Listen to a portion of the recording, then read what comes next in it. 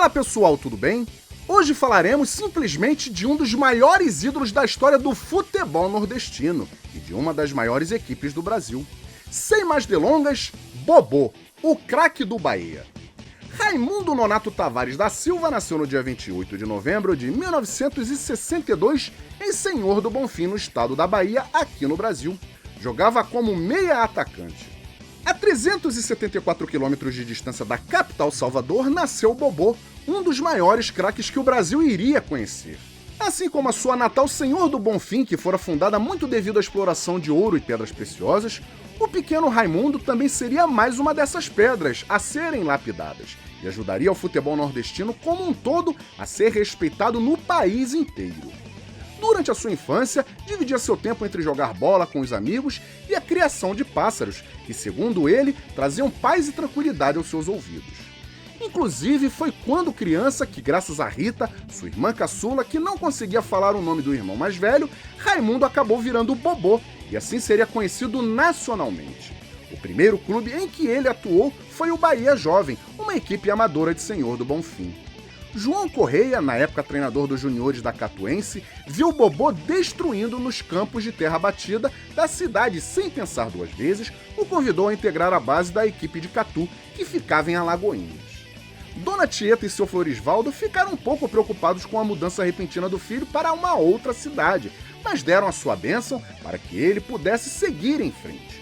Em 1981, ele chegaria a Catuense, e apesar dos colegas de time tentarem chamá-lo de Tinquim devido ao corpo muito franzino, Raimundo seria Bobô, dali até a seleção brasileira. Ainda no ano de 81, passaria a integrar a equipe principal da Catuense, que naquela época possuía uma das melhores equipes e mais competitivas de todo o interior baiano.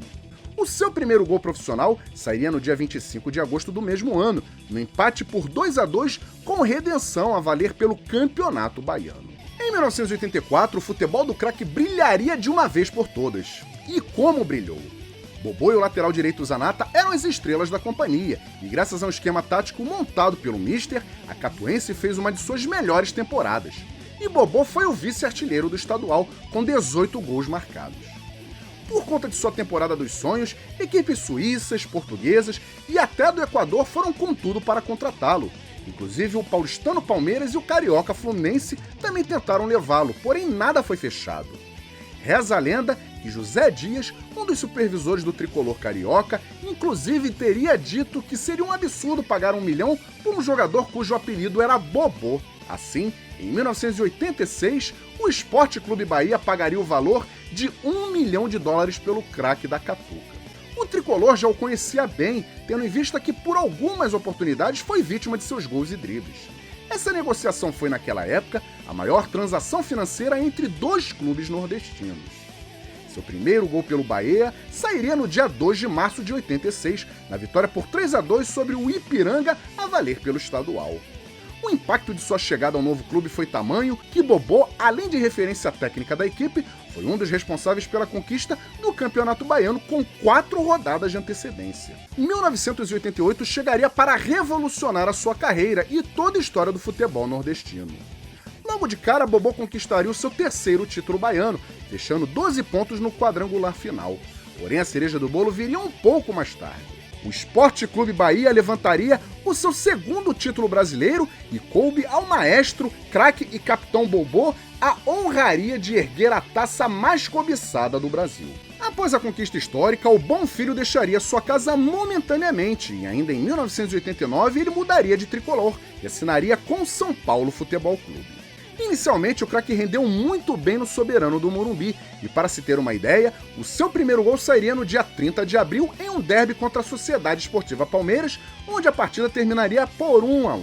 Bobô participaria da conquista do Paulistão daquele mesmo ano, o que marcou seu 4º troféu estadual na carreira. Infelizmente, as grandes atuações dos tempos de Bahia não se repetiram, e em 1990 Bobô foi emprestado ao Clube de Regatas do Flamengo. Pela equipe carioca, foram 14 gols marcados, sendo que em uma mesma partida um hat-trick e mais um título de nível nacional.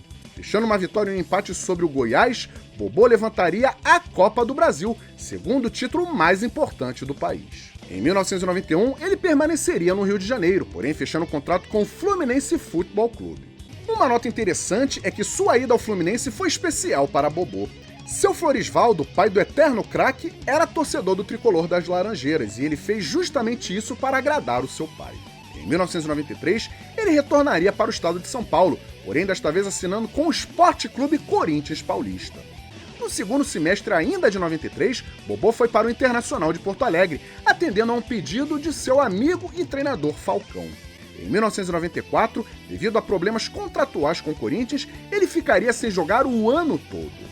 Em 95, ele voltaria a jogar pela Catuense, por onde disputou o baiano do primeiro semestre. No segundo semestre, retornaria ao time que fez com que ele se tornasse o Bobô, o eterno ídolo, e mais uma vez vestiria as cores do Bahia. O fôlego poderia não ser o mesmo, mas a categoria era inconfundível, e é como se diz, jogar futebol é como andar de bicicleta, você nunca esquece. Em 1997, em uma partida festiva entre o Bahia e o Palmeiras na Fonte Nova, Raimundo Nonato Tavares da Silva dava adeus ao esporte que tanto amou, ao clube que tanto amou, e entraria de vez para a história do maior esporte do mundo. E como diria um trecho da letra de Reconvexo, obra-prima de Caetano Veloso, quem não rezou a novena de Dona Canô? Quem não seguiu o mendigo Joãozinho Beija-Flor?